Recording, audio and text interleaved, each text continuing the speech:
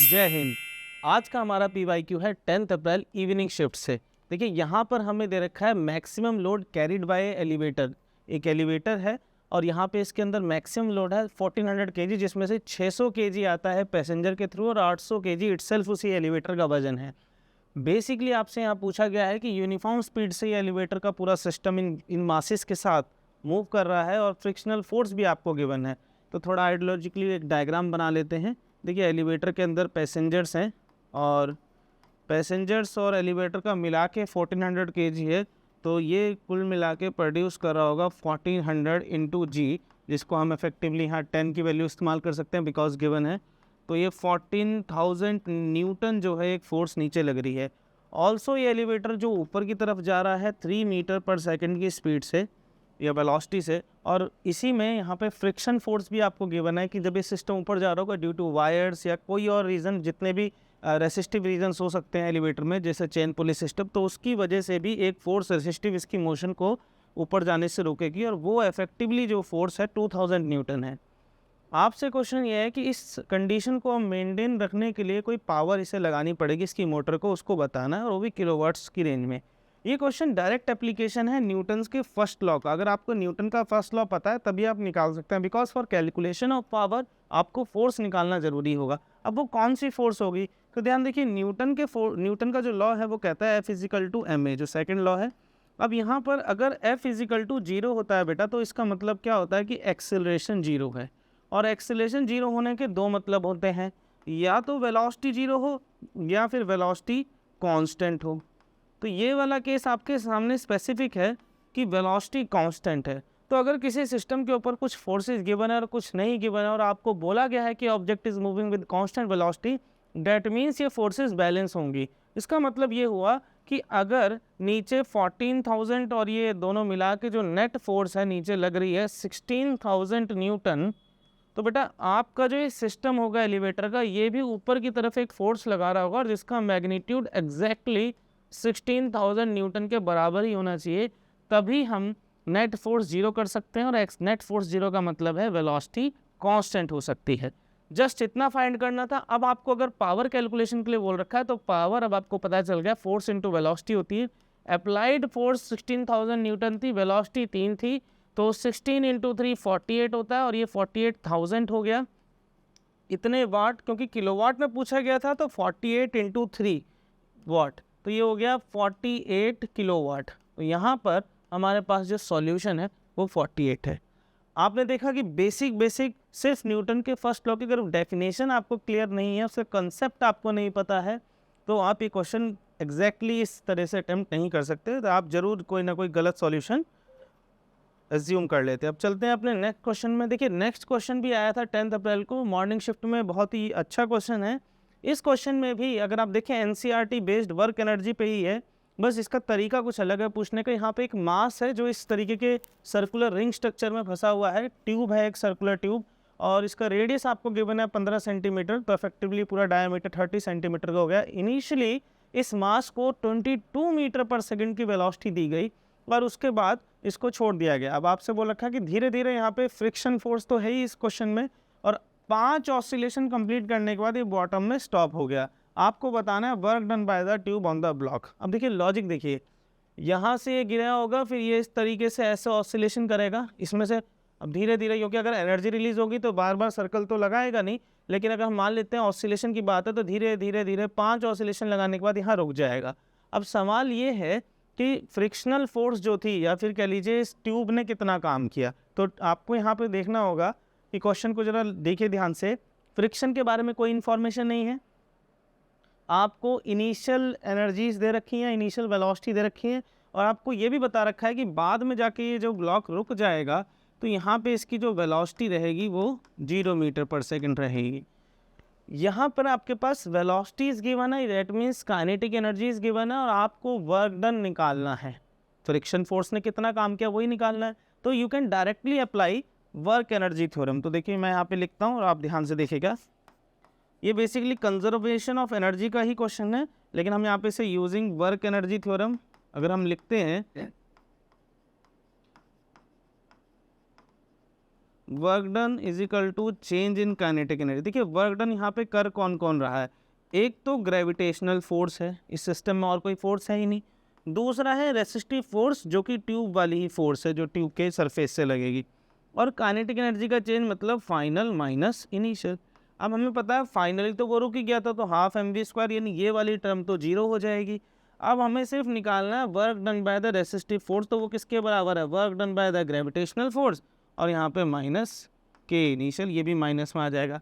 अब देखिए gravitational force का जो वर्क डन का सिस्टम वो क्या है कि आप जब एक हाइट पे गए थे तो ग्रेविटेशन के पास ग्रेविटेशनल पोटेंशियल एनर्जी ही थी, तो mg वो फोर्स ऊपर लगती थी या फिर mg ग्रेविटेशनल फोर्स होती है, और आपने एक h हाइट अटेन कर रखी थी, तो ग्रेविटेशनल पोटेंशियल एनर्जी की वैल्यू अगर आप यहाँ लिख देंगे, मैं लिख देता हूँ work done is equal to यहाँ पे माइनस mgh और यहाँ पे माइनस का के इनिशियल। अब देखिए work done by the resistive force कितना हो जाएगा, मास है 1 kg, ग्रेविटेशनल एक्सेलरेशन आपको दे रखी है 10 इस्तेमाल करनी है। हाइट देखिए अगर मैं यहाँ पे पोटेंशियल एनर्जी जीरो का पॉइंट एज्यूम करता हूँ तो यहाँ पे जो हाइट ली जाएगी वो 30 सेंटीमीटर, जिसको मैं मीटर में कन्वर्ट करता हूँ तो 0.3 मीटर, और माइनस के इनिशियल का मतलब हाफ, मास 1, और वेलोसिटी हो जाएगी आपकी 22 का स्क्वायर इनिशियल वेलोसिटी।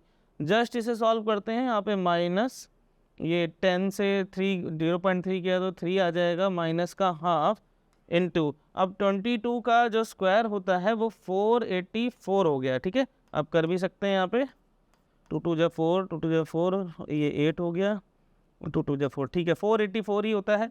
अब यहाँ पर इसको माइनस करेंगे, मतलब माइनस में तो है ही ये, तो ध्यान से ऐसे लिखना है, ये -3 ऐसे लिखा जाएगा, तो -3 और ये 2 1 जा 2, 2 2 जा 4, 2 4 जाए 2 2 जा 4, तो माइनस का 242, तो इफेक्टिवली आ गया आपका माइनस का 245 जूल, ठीक है। तो ये हो गया आपका डायरेक्ट इसका सॉल्यूशन, तो यहाँ पे 245 आ जाएगा। अगर आपको क्योंकि NVQ है तो यहाँ पे आप माइनस देख लीजिएगा, एंटर करने का ऑप्शन है, वरना 245 ही ऑप्शन होगा आपका। तो यहाँ देखिए डायरेक्टली क्वेश्चन का जो लॉजिक है कि आपके पास जब सिस्टम में वेलोसिटीज गिवन होती हैं और कुछ फोर्सेस से आपको वर्क निकालना, उस फोर्सेस के बारे में ज़्यादा जानकारी नहीं है, खास करके रेसिस्टिव या ड्रैग फोर्सेस होती हैं, ऊपर से ऑब्जेक्ट को ड्रॉप किया गया एटमॉस्फेयर में रेसिस्टिव फोर्सेस हैं, जब जब उनके बारे में नहीं गिवन होगा, वर्क एनर्जी के थ्रू या फिर कंजर्वेशन ऑफ एनर्जी के थ्रू क्वेश्चन आसानी से सॉल्व किया जा सकता है। चलते हैं अब नेक्स्ट क्वेश्चन की तरफ। देखिए ये आया था 8 अप्रैल इवनिंग शिफ्ट में, और ये क्वेश्चन बिल्कुल सिंपल है। एक ऑब्जेक्ट है 5 किलो की जो एक कांस्टेंट मोमेंटम के साथ चल रही थी, ठीक है, मूविंग विद ए मोमेंटम इतने से चल रही थी। तो भाई जब इनिशियल कंडीशन हमें गिवन है तो उससे हम कुछ निकालेंगे, पहले क्वेश्चन पढ़ लेते हैं। 2 न्यूटन की फोर्स इसके बाद इस पर एक्ट करी है 5 सेकंड के लिए, तो इंक्रीज कितना हुआ काइनेटिक एनर्जी वो बताइए। तो देखिए आप पहले इनिशियल वेलोसिटी कैलकुलेट कर लीजिए। ऑब्जेक्ट 5 किलो की जब मूव कर रही थी और मोमेंटम था इसका 10 kg मीटर पर सेकंड, तो जो आपकी वेलोसिटी हो जाएगी तो P initial is equal to M into u initial. Mass 5 था और U इनिशियल हो गया, मोमेंटम 10 था, तो बेटा U इनिशियल आ गया आपका 2 मीटर पर सेकंड।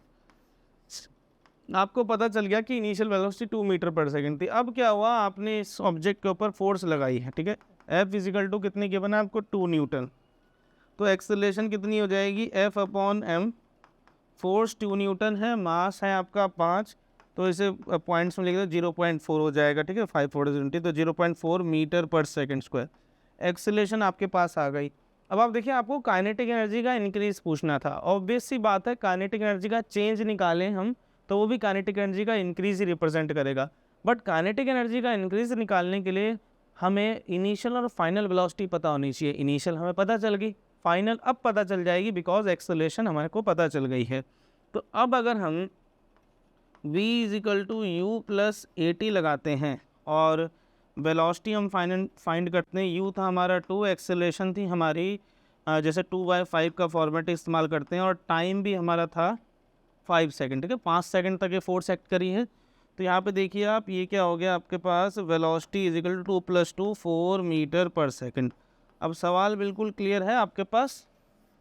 अब आप चेंज इन काइनेटिक एनर्जी निकालेंगे और वही इंक्रीज होगा, चेंज इन काइनेटिक एनर्जी। तो डेल्टा के अगर आप निकालते हैं तो वो हो जाएगा के फाइनल माइनस के इनिशियल, और के फाइनल में हो जाएगा हाफ एम वी स्क्वायर कितना है आपका बेटा 4 का स्क्वायर, और यहाँ पर यू स्क्वायर है आपका 2 का स्क्वायर, तो बेसिकली हाफ एम 16 माइनस 4, ठीक है। मास भी 5 किलो था तो मैं यहीं लिख देता हूँ, तो ये हो जाएगा 5/2 इंटू 16 माइनस 4 12, 2 1 जा 2, 2 6 जा 12, 30 जूल, ठीक है। तो यहाँ पे जो चेंज या इंक्रीज़ है वो 30 जूल हो जाएगा। दूसरे भी तरीके हैं मैथमेटिकली, जैसे आप क्या कर सकते हैं, आपके पास एक्सेलरेशन है, इनिशियल वेलोसिटी है, आप ये ना कैलकुलेट करके डी कैलकुलेट करिए, ठीक है। और डी कैलकुलेट करने के बाद आप सेकंड मेथड में आप वर्क निकालिए, work is equal to force into displacement, ठीक है। तो यही वर्क जो है चेंज इन काइनेटिक एनर्जी के बराबर होगा। फोर्स आपके पास है ही कितनी है 2 न्यूटन, ठीक है। और आप देखिएगा डिस्प्लेसमेंट अगर आप मैं निकालें, देखो मैं यहीं निकाल देता हूँ। डिस्प्लेसमेंट की अगर बात करें तो d is equal to u t plus half a t square. तो ध्यान दीजिएगा बेटा, u की जगह लिखता हूँ मैं 2 इंटू टाइम 5 था प्लस हाफ एक्सेलरेशन था आपका 5/2, ठीक है, 2/5 एक्सेलरेशन 2/5 और टाइम पीरियड में 5 का स्क्वायर। तो मैं यहाँ से ज़रा से शॉर्टकट से कर देता हूँ, तो ये हो जाएगा 10 प्लस ये 2 से 2 कट गया तो 10 प्लस 5 ही आ गया, तो 15 मीटर आ रहा है। और जैसे ही मैं यहाँ पर 15 मीटर पुट करता हूँ, देखो 2 इंटू 15, तो ये भी कितना आएगा 30 जूल। तो आप देखिए आपके तरीके टेक्निक अलग अलग हो सकती है, बट सॉल्यूशन एक ही आना चाहिए। चलिए इसके बाद हम चलते हैं नेक्स्ट क्वेश्चन पर। नेक्स्ट क्वेश्चन है आपका ये 6 अप्रैल इवनिंग शिफ्ट में आया था। बॉडी को ड्रॉप किया गया H1 हाइट से और ये ग्राउंड को हिट करती है, फिर रिबाउंड करती है, एक दूसरी हाइट तक पहुंचती है। अब थोड़ी हाइट वो कम है, और ये कैसे पता चला इस पर बात करेंगे। Ratio of velocity of the body just before and after hitting the ground is 4। तो देखिए यहाँ पे पहले प्रॉब्लम को समझ लेते हैं। H1 हाइट जब थी तो H1 हाइट से ड्रॉप हुई बॉल जब यहाँ पहुँचती है तो जस्ट बिफोर, ठीक है, गिरने से पहले जो अगर मैं मान लीजिए उसकी वेलोसिटी v1 बोलता हूँ, और जस्ट ऊपर जब जाती है तो बेसिकली अगर मैंने h2 बोला यहाँ पर, ठीक है, हाइट को थोड़ी कम रिप्रेजेंट कर दी, ये v2 हो गया। आपसे बोल रखा है कि v1 रेशो v2, ठीक है। देखो if the ratio of velocity just before and after, तो बिफोर वाली ऊपर आ रही है, आफ्टर वाली 4 आ रही है। तो ऑब्वियस सी बात है, ऊपर से जब आई थी तो तेज़ थी, बाकी फिर एब्जॉर्ब हो गया तो v2 कम हुई, डेट्स वाई अब हाइट भी कम होगी। तो ये यहाँ से हमें पता चला कि H2 थोड़ा लोअर बनाना है। ये इन्फॉर्मेशन दे रखी है और आपसे पूछ रखा है कि आप बताइए percentage loss in kinetic energy. देखिए वेलोसिटीज गिवन है और परसेंटेज लॉस पूछा है, तो परसेंटेज लॉस में आप जानते हैं फॉर्मूले को, अगर मैं ध्यान से बताऊं आपको तो देखिए डेल्टा K/K, ठीक है, और इनटू 100 ये होता है। अगर मैं डेल्टा K को लिखूं तो वो हो जाएगा हाफ एम, देखिए फाइनल माइनस इनिशियल, तो फाइनल हमारे लिए v2 रहेगी, हाफ एम v2 का स्क्वायर माइनस का v1 का square divided by half m v1 का स्क्वायर जो इनिशियल वेलोसिटी थी। ये इन्फॉर्मेशन हमारे पास हो गई। इनटू 100 भी करना है। अब देखो हाफ एम क्योंकि मास तो सेम था कट गया, जस्ट इसे सॉल्व करते हैं हम, फिर देखते हैं। ये आ गया आपका v2 का स्क्वायर और डिवाइडेड बाय v1 का स्क्वायर माइनस का v1 का स्क्वायर, v1 का स्क्वायर इनटू 100। ये टर्म कट गई, ये बेसिकली बन गया v2 बाय v1 का स्क्वायर माइनस का 1 इंटू 100, ठीक है। अब ज़रा ध्यान से देखिएगा इसको, हमारे पास v1 बाय v2 का रेशो है, तो हम v2 बाय v1 का रेशो देखें 1/4 हो जाएगा, और इनका अगर मैं स्क्वायर कर दूं तो वो क्या हो जाएगा 1/16। यानी यहाँ पर अगर मैं अब सॉल्व करना चाहूँ तो ये हो गया 1/16 माइनस का 1 इंटू 100। अब ये देखिए क्या हो जाएगा 1/16 एलसीएम लेंगे तो 1 माइनस 16 यानी माइनस का 15/16 हो जाएगा इंटू 100। अब देखिए क्वेश्चन क्या है, चेंज इन काइनेटिक एनर्जी को इन्होंने रिलेट कर रखा है एल्जेब्रिक एक्सप्रेशन से। आपने देखा होगा इस तरह क्वेश्चन बहुत बार पूछे गए हैं कि आपसे सॉल्यूशन की जगह उसको एल्जेब्रिक एक्सप्रेशन में जो फैक्टर अननोन बचता है उसको पूछते हैं। तो यहाँ से अगर मैं इसको -15/16 इंटू 100 को रिलेट कर दूँ x/4 से, तो 4 वन जा 4, 4 4 जा 16 और 4 वन जा 4 और 4 में 25, ठीक है।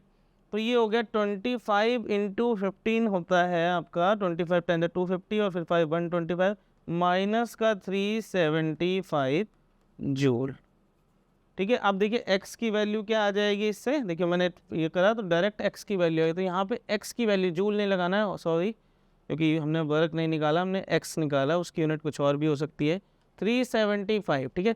अब यहाँ से आप देखिए आपको यही इंटीजर की वैल्यू डालनी थी, अगर नेगेटिव वैल्यू का ऑप्शन है तो यू कैन पुट इट, वरना सीधा 375 टाइप करिए, आपका सॉल्यूशन हो जाएगा। तो आपने देखा एक बेसिक जो क्वेश्चन है वो उसी तरीके से कंटिन्यू हो रहे हैं इस सीरीज़ में। होपफुली आपको ये समझ में आए होंगे। मिलते हैं अपने नेक्स्ट पार्ट में।